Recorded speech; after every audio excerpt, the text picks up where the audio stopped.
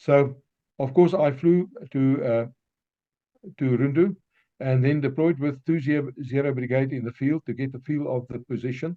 I spoke to many officers. There were quite a few officers who presented plans for attacking from the west, um, and then to cut off the forces to the east of the river.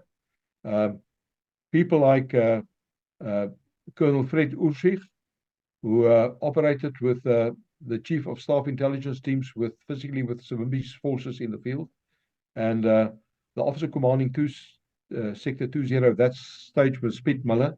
They were also thinking about this. The other one was the commander of 32 Battalion, Jock Harris. And I spoke to them. We evaluated the terrain. Brigadier Fido Smith was deployed to take over the operational headquarters at Rundu, which was commanded by the Southwest Africa Task Force from Windhoek. And we arrived almost at the same time. We also used the opportunity to travel into the operational area to get a feel for the terrain. We traveled along the logistic route from Rundu to Mavinga. There were two sort of intermediary positions referred to as Luengi 1 and 2. I wanted to get the feel of terrain. It's difficult terrain. It's very difficult to negotiate those areas, and for us, it was extremely difficult to logistically support our forces at Mavinga, about 360 kilometers, and our main source of logistics were the C-130s and the C-160s, which flew every night to Rundu. Because of the air threat, we couldn't fly in the day. I also put in a request to if we should attack along western approaches towards Kwetekonawali. I requested a Puma helicopter, and we took a chance. We flew during daytime. I wanted to reconnoiter the crossing place over the Longa River, because if we attacked along western approaches, that was more or less the area where we would have to put the brigade over into the western maneuvering sector. I got a hell of a fright when we landed at the Puma. It's this dense bush and a sort of a marshy area and the confluence of the Longa River with the Kweto. And when we landed sort of in an open space, the bush became alive around us. And I got a hell of a fright. But fortunately, it was UNITA. They were already protecting this crossing area. They used it for their logistics into the western sector. And so in actual fact, we saw that it was feasible, that our sappers, our field engineers would be able to organize a proper fording area for us there. And it would only be necessary to put one brigade across the river, such as Sichuan Mechanized Battalion Group, for example, and that we could move the battalion group of Forsai from Rundu on the western side of the Kwetekonawali River, cross at the Longa River, and we will be able to put a brigade strength force into that area to attack Kwetekonawali from the west, which in actual fact would be from the high ground onto the low ground. And if you captured that little hamlet in southeast Angola, you would cut off all the brigades to the east of the river. So it was a wonderful idea to do this. And we would have used UNITA and some of our anti-armor weapons, such as the ZT3 mounted on rattle, to defend Longa, so that we could protect our western flank against any incursion from Monongwe. So it was possible. Of course, we had two main choices.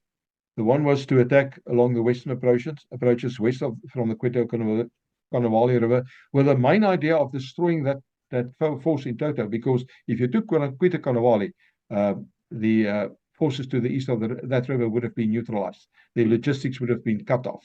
They would have left the equipment in the field and just fled.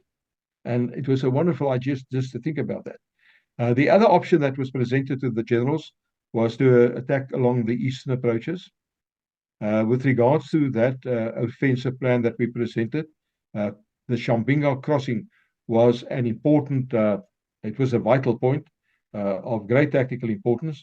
And we knew that if we could threaten the Shambinga crossing in some way or other, that their forces would be routed. With other words, we would cause a second turning maneuver and force them to flee back to Quitaconavali. One of our main purposes were to render the enemy so many casualties that they will not be able to recontemplate an advance to capture Mabinga and Jamba, and for more than a year. And because we just did not have enough forces to destroy their force in total. So these two plans were presented to the High Command. I think it was about the 20th of October when we had this deliberate planning session at Rundu, which I led. It was a combined effort between UNITA and ourselves, the Army, the Air Force, but the Navy was also doing their bit, and of course our special forces. We did a proper planning and prepared these plans to be presented to the generals. And on this specific day, they were in a good mood. And when we started presenting the plan, I was in favor, of course, of the attack along the western approaches. And at some stage, General Gelnay said, listen to what Roland is saying, and the planning group are explaining to us. Politically wise, I think it is an opportune moment that we consider a possible attack from the west, so that we can cut off the enemy forces to the east. And I started smiling, and I'm sort of impulsive at sometimes, and I said, what about attacking Monongwe and taking the whole enemy force out of the picture? And in a sort of a friendly manner, he said, yeah, we can even contemplate that because we were planning to send a combat team to start pestering Quitaconavali with indirect fire. Of course, we had UNITA who could fire rockets onto Monongwe to make it more difficult for the aircraft to fly against us. So these were all ideas that we considered. Even a deliberate bombing attack on Monongwe on the day of the attack on Quitaconavali, so that we could render the airfield useless. We had bombs which could penetrate airfields. So the planning went on. At some stage, General Maj-Genl said, listen, I'm going to, his whole general staff was there, break you up into small syndicates, give you about an hour to consider these two possibilities of attacking from the east or the west, and consider all the risks with regards to this, and then come back so that we can make a decision. Eventually, they decided that we will use the more careful approach, and that was, I always said, go west and destroy the enemy, go east and pester the enemy. They decided on the eastern approach, which was about pestering the enemy. Even if I think back today, I believe that one of the main reasons were that not to escalate the war, and they were afraid of escalating the war and incurring more casualties.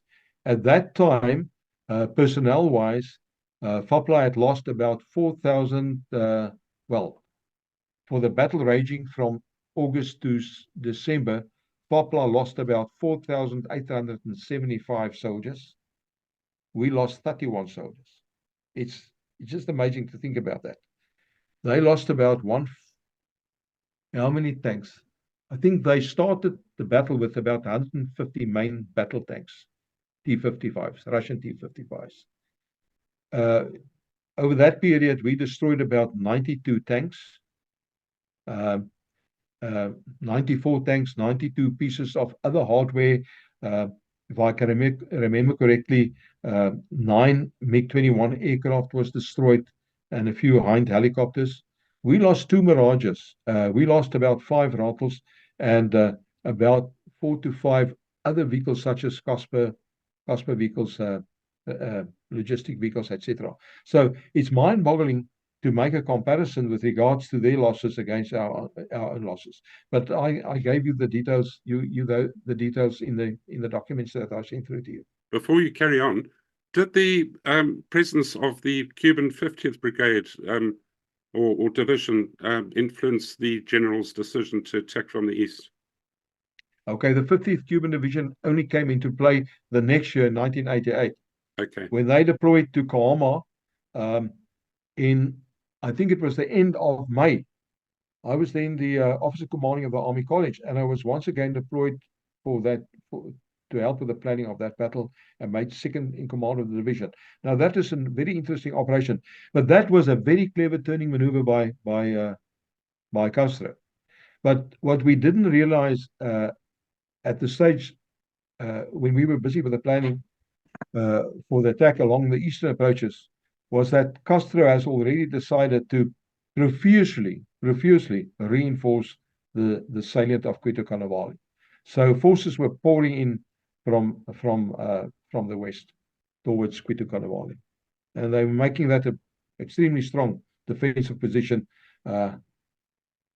Minefields, artillery, reinforcement. It's just amazing to see what they poured into the salient. But anyway, with regards to the attack along the eastern approaches, we made a very careful appreciation and decided that if we attack 16 Brigade, and this was the whole idea of the plan, and we could destroy them in toto or partially, that this will cause major confusion in enemy ranks and that they will be forced to flee at a hell of a pace back to Cuito Cannavale, with other words, in a northerly direction. And we will make the battlefield extremely fluid. They were not good at fighting on the hoof. We were.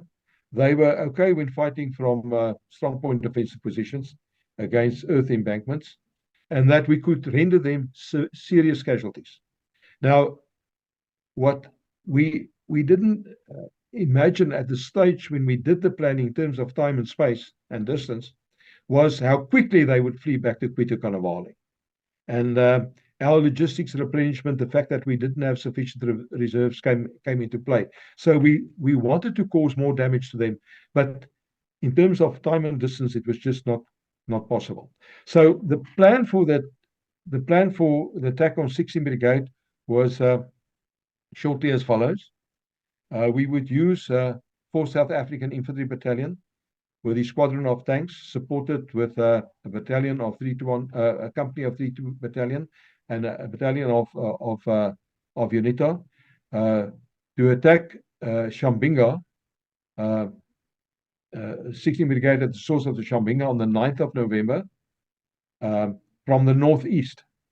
So they would move from Mavinga to attacking position to the east, about 45 kilometers to the east of the Shambinga River, and then attack 16 Brigade on the 9th of November. Now, it was important for us to keep 16 Brigade at the Shambinga River, and we started picking up through electronic warfare means, intercepts, that 16 Brigade wanted to move. So ever so often, we did an air attack on the Shambinga just to keep them in place, because it was important for us to have that force available for us to attack on the 9th of November. And then the idea, thinking of Rommel and his attack during the Gazala battle, he also decided to do a long right flanking attack while feinting and deceiving against the frontal positions along that stretch close to the Mediterranean Sea. Our plan was very similar. We utilized 32 Battalion to do feints and ruses and to do deception attacks on the forces deployed, the Fopla forces deployed at the Mianay River on the night of the 9th of November to fix the enemy forces and to give us more space to maneuver, and also to make it difficult for them to decide where the aircraft must be guided to. We wanted to create a sort of a favorable air position for our troops for the time of attack, which would happen early in the morning.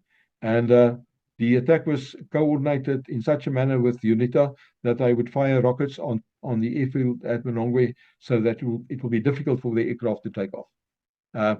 Eventually, the MiGs were in the air over our attacking forces, and our troops endured fighting from above, but they were so busy with the fighting that they almost didn't care about that. Now, with regards to the planning of the attack, I would say it was about the 2nd of November. I flew to Mavinga, accompanied by our artillery regimental commander, Colonel Jean Loosberg, and Colonel Fred Ulchich, who was the liaison officer for Chief of Staff Intelligence with UNITA.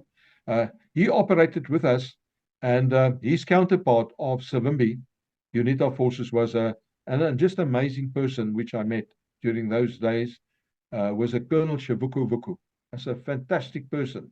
We did all the planning was done, sort of in a joint manner.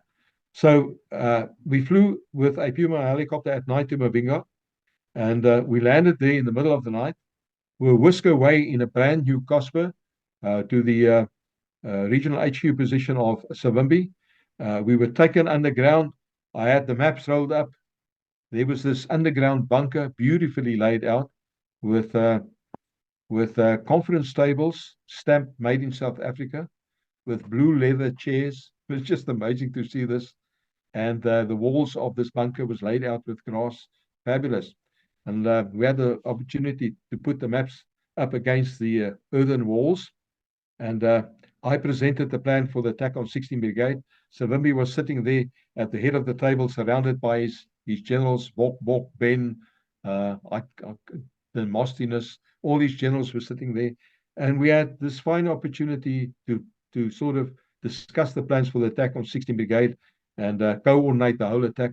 He promised me that his forces will be there in time and that they will do the necessary to interfere with FAPLA's forces at Malongwe to make it difficult for their aircraft. And so the scene for the battle was set. And that's how the battle materialized. The battle was executed exactly as we had planned. Now, what is interesting to contemplate about a battle such as the one that took place on the 9th of November against 16 Brigade were that for South African battalion, their forces were never blooded. It was young national servicemen, 17, 18, 19 years old, with a small contingent of permanent force officers, excellent leaders. And I was present, me and Dion Ferreira were present on D-1 at the assembly area, 45 kilometers to the east of 16 Brigade at the Shambinga. And it was just amazing to see how cool, calm, and collected these guys were when these plans were finally, it was final coordination of the plans and just the final measures to orchestrate the attack and to prepare the forces for battle. And you could see the adrenaline pumping. It was at night. So these guys were already tired when they arrived on the objective the next day. And eventually the attack materialized as planned. And we moved to a tactical HQ position a few kilometers just to the southeast of the 16 Brigade. And 6-1 Mechanized Battalion Group was responsible to do a feint attack from the southeast to fix the enemy forces just before the attack by 4th South African Infantry Battalion went in. So once again, we were attacking a brigade with a combat group size force. Now, with regards to the situation of 6-1 Mech at that stage, because of the heavy battles which they had fought until now, we were instructed by Chief of the Army to sort of spare them for the next battle, to give them rest, because they had really fought hard, and those guys were tired, and their morale was ebbing at that stage. So we couldn't do a two combat group attack on 16 Brigade. That's how we organized the attack in this manner. Now, what's interesting about these attacks in dense bushy conditions is that you don't know where your enemy is. So the target acquisition is extremely difficult, and your momentum, your speed of movement is extremely slow. So it's fighting all the time. The situation changes quickly, and at the beginning of the battle, there was serious fighting happening from 6 o'clock in the morning until noon, 12 o'clock, when Leon Mareb decided to stop the attack because they were running out of ammunition. And to replenish a combat group takes a few hours. If you imagine replenishing more than 83 rifles from a mobile pump mounted on a SAML 20 vehicle, which referred to as a lapis pump. They started becoming unserviceable. So it takes a long time to replenish such a combat group. In any way, they did an extremely successful attack. During the initial stages of the battle, there were front-up fighting happening between our tanks and the enemy tanks. Now, we learned from previous battles that if you destroy the enemy's tank platoon, 9 T-55 main battle tank platoon, then they lose their cohesion and they start fleeing. So one of our main aims were to destroy this company of tanks of the enemy.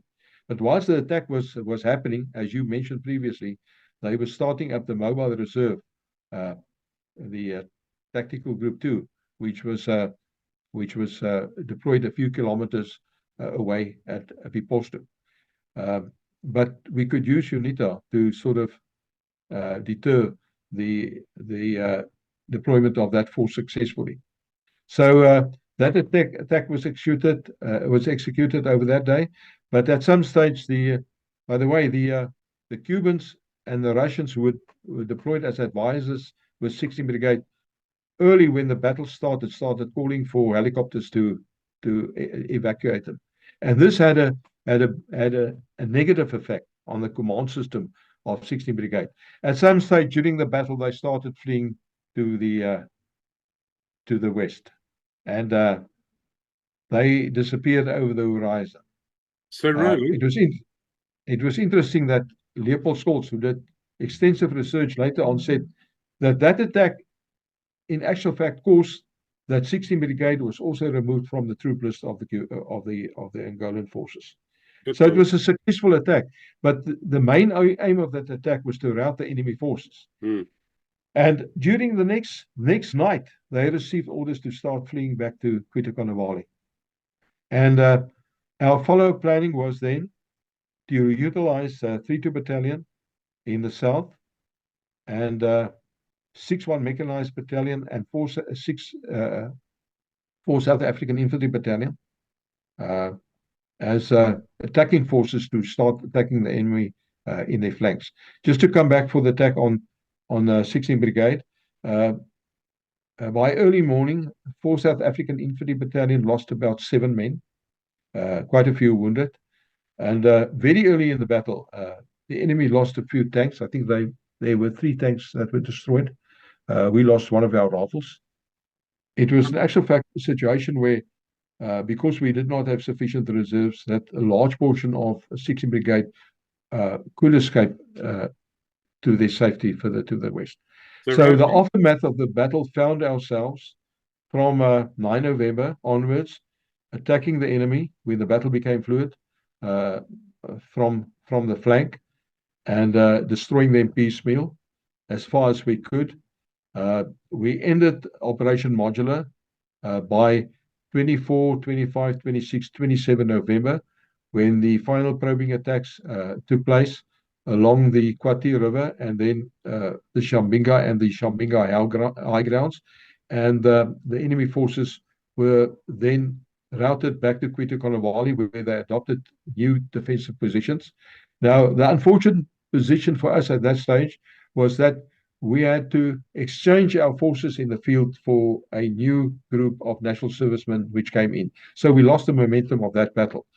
The next phase of the battle was Operation Hooper and Packer, which happened from January onwards until the 30th of August, which became an attrition battle really. We spoke about that last time along the eastern riverbank of the Quitaconavali River. So, to my mind, the Operation Modular was an example of a battle which were fought with high mobile attributes. So this is sort of the overview of that battle, Tony.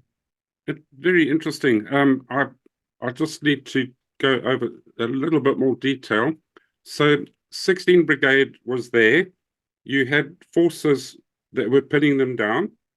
where did 4th South African Infantry go? Did they go around the back like that and hit their flanks? Is something similar? Okay, let's go back to, let's take let's look at 3-2 Battalion in the south, Yeah, who was responsible to do the deception attacks and the feints yeah, and the ruses. They deployed, they were already in the area. So their operating environment was the south of the Lomba River, around the source of the Lomba River, and then moving up that maneuver space between Kwitukanavalli and the Kuzuzi River.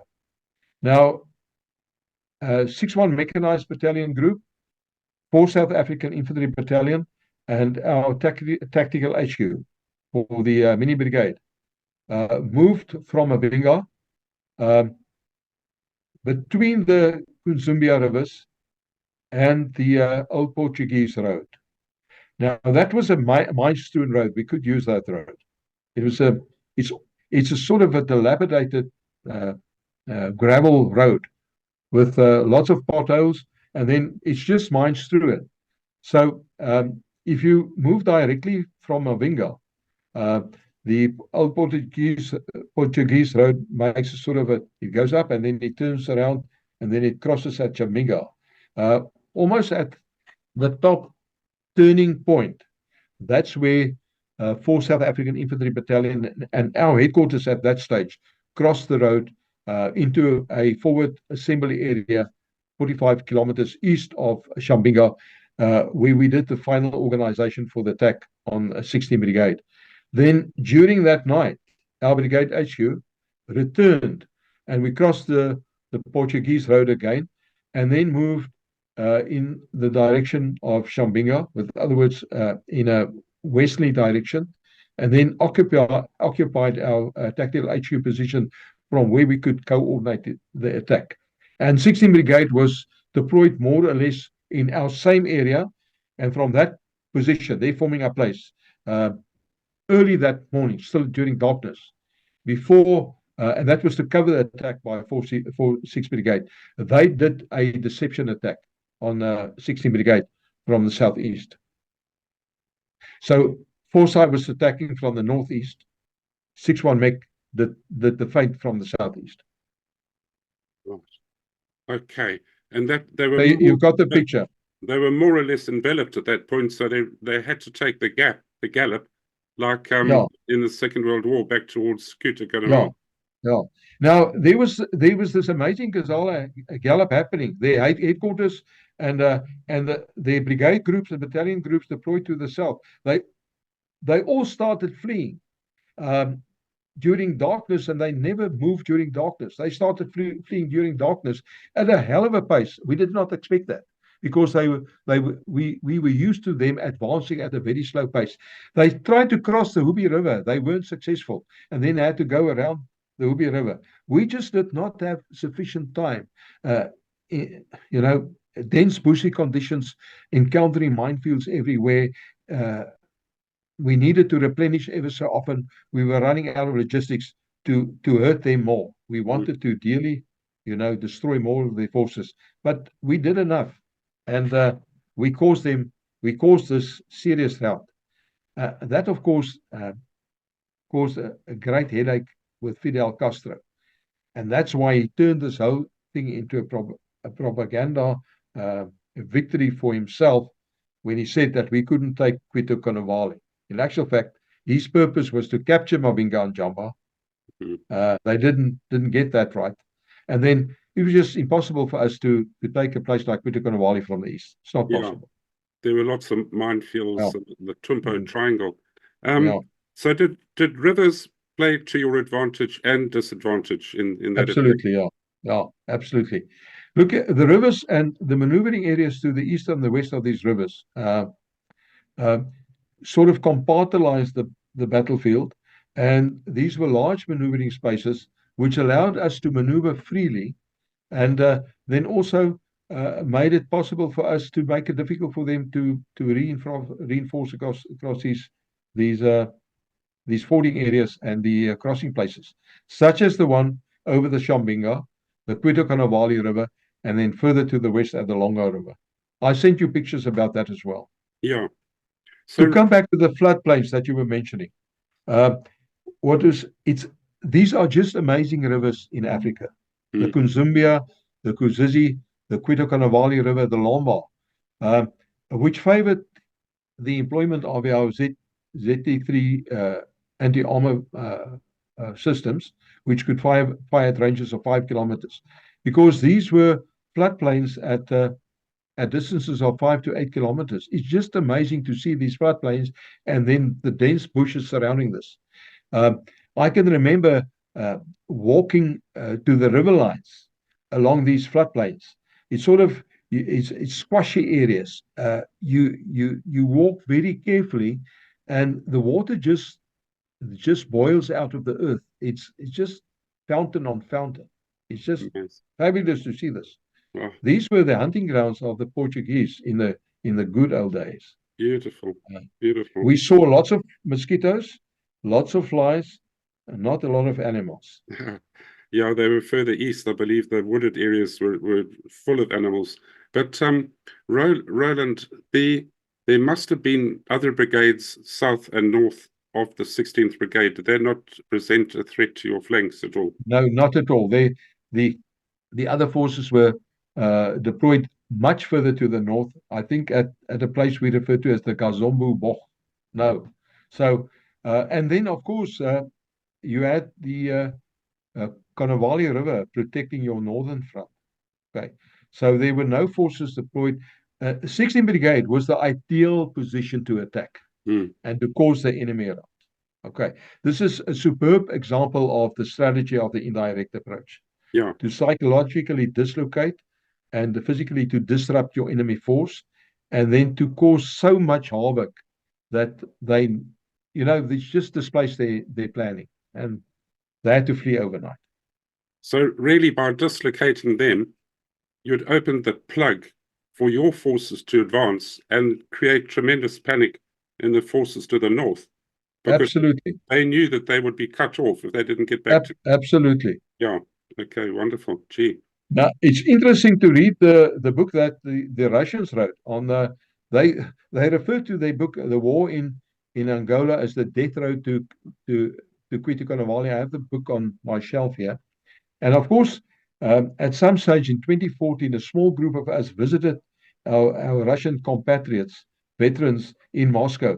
And after a bit of vodka, we had great discussions with regards to these battles. And they operated in extremely difficult positions.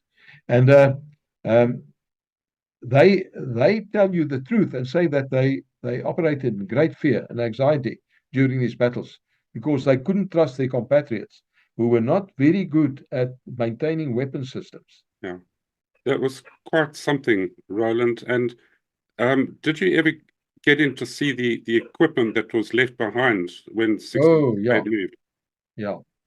Now, we had the opportunity in 2010 and 2018 to undertake battlefield tours to Angola. We became great friends with people like General Fernando Matias. We planned these tours together. In May 2018, we had ceremonies at Quitoconavali together with them. We had communion at Quitoconavali in three languages: Afrikaans, English, and Portuguese, and four languages. And the we became great friends with the Angolans to such an extent that at some stage I had to deliver a speech very dirty, very tired uh, during the nighttime at Monongwe, and there were ministers, a large crowd of Angolans sitting with us and around us discussing this. And at some stage, one of the ministers stood up and he said, "Listen to what Roland is telling us. I want to tell you that you guys fought in Angola. This country now belongs to you as well." They just opened the doorway for us. In actual fact, we started talking about creating a heritage road. And after that, there were many tours to Angola. They were supporting us with these tours. And Wow. of course, we saw destroyed equipment everywhere. I sent you some of the pictures with regards to the destruction of 47th Brigade. They are clearing up, which is really a pity. They are clearing up all the remnants, and it's a pity because this has become monuments to my Oh, mind with regards to the battles fought there. Now yes. we also made contact with who's the group Halo, who is responsible for the clearing of the minefields at Oh, yes. Quitaconawali. Now, after Modular, Hooper, and Packer, in August, Operation Displace was deployed, where we kept a battalion group with UNITA uh, on the eastern banks of the Quitaconawali River, Shambinga high ground, to stop the enemy from attacking towards Mavinga and Jamba again. And our forces, which is a great pity, laid many minefields in those areas. Now, when we met the Cubans and the Angolans later on, and they started clearing the mines, I was able to contact our SAPA officers, our field officers, engineering officers, so that we could provide the maps for them.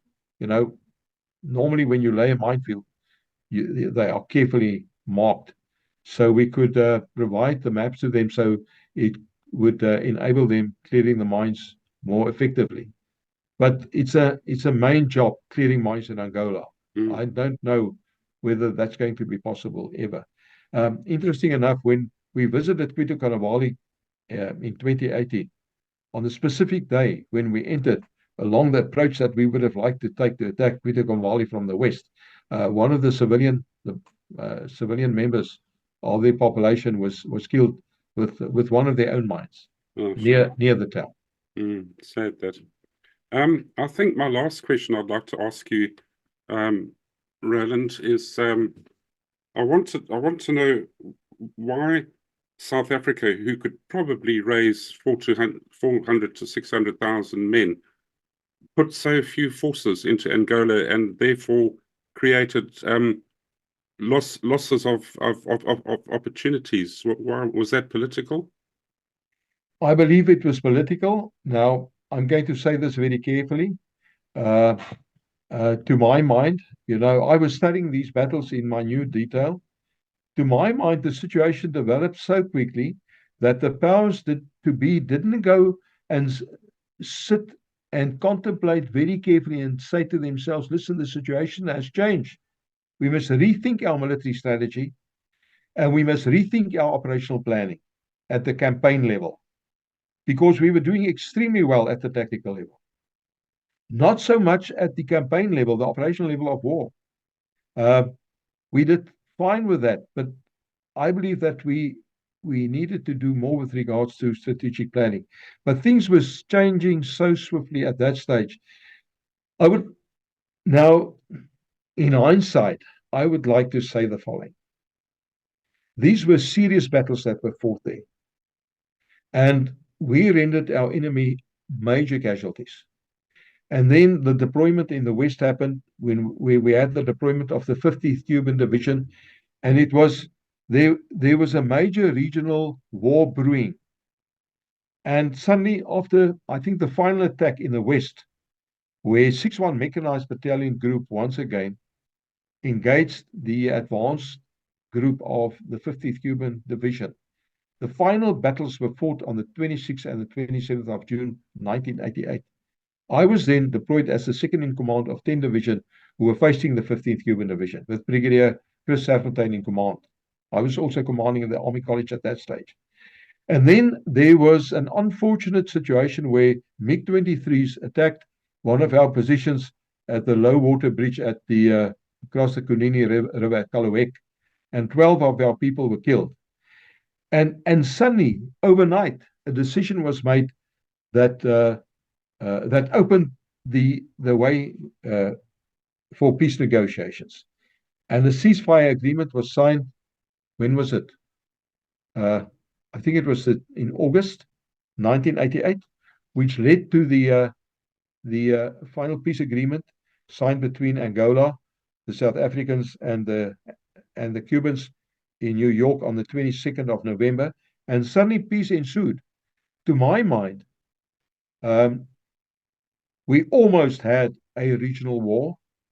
I think that's one of the reasons why General Yannick Helnys was very careful of incurring more casualties. There was great political pressure from inside South Africa, and incurring more casualties. Yeah. I also believe that the same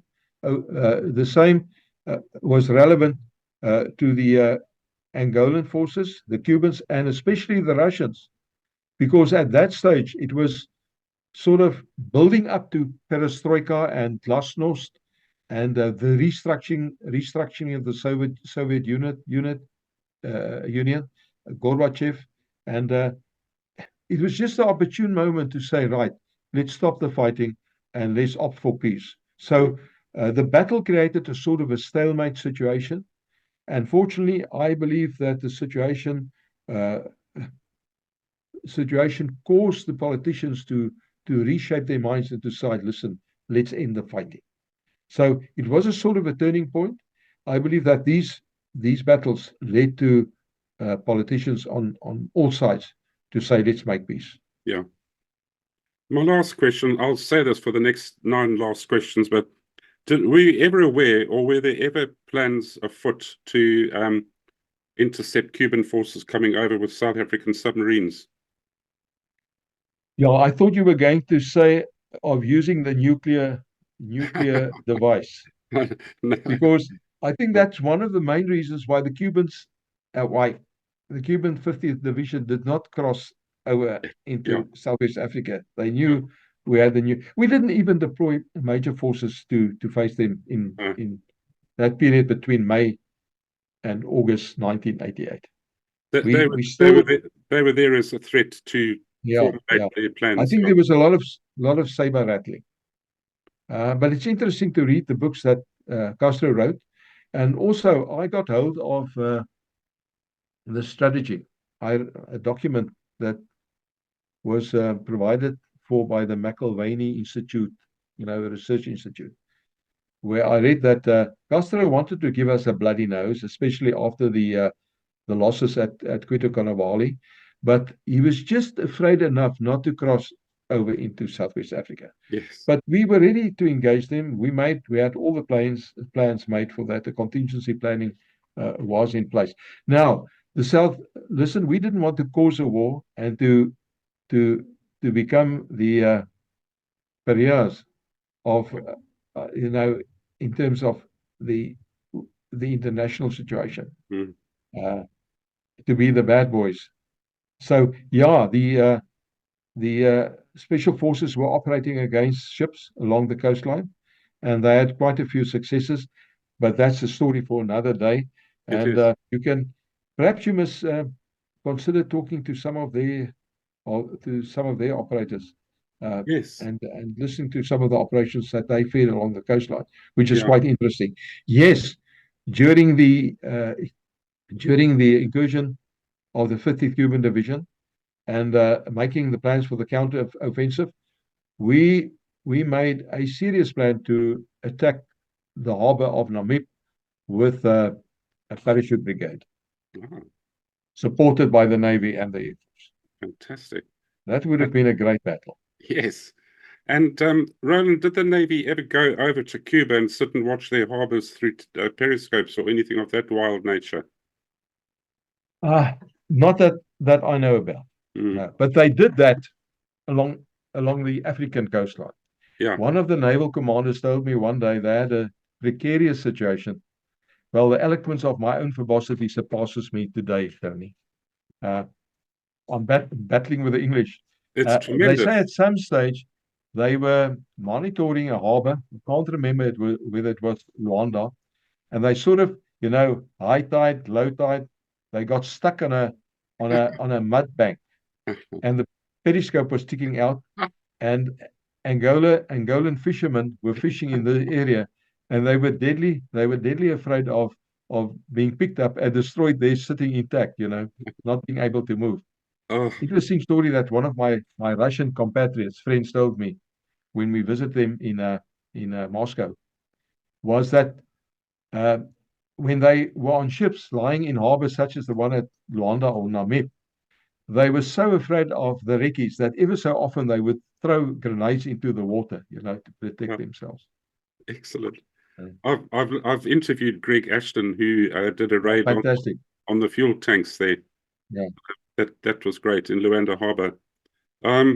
Well, once again, I can't tell you how much I enjoyed this talk. I'm going to dig up maps and get John to put some pointy arrows where everything is. So we'll spend some time doing a good addition to this. But thank you so much for coming on board. No, wonderful, Tony. Thank you so much, and for the crowd listening. Sorry that we take so long in explaining. It's not so easy to do that in a short time. Yeah. And I wish I had a map behind me so that I could explain more. We'll try and I'll do my best to try and generate that. But talking to you is like putting on an old pair of familiar slippers with a whiskey in your right hand, sitting next to a fire, and just talking. It's just wonderful. That's the feeling I get talking to you.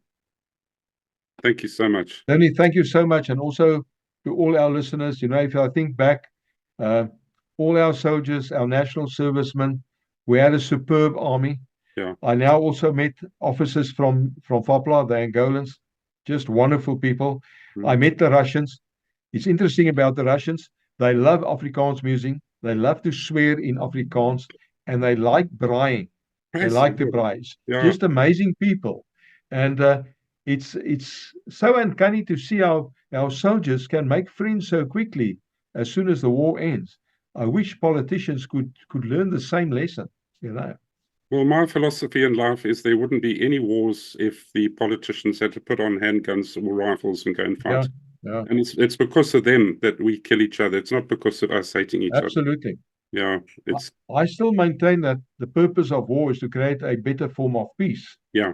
And even in South Africa, for more than 3 decades with the ANC ruling, which was a terrible time, they're still there. They haven't disappeared.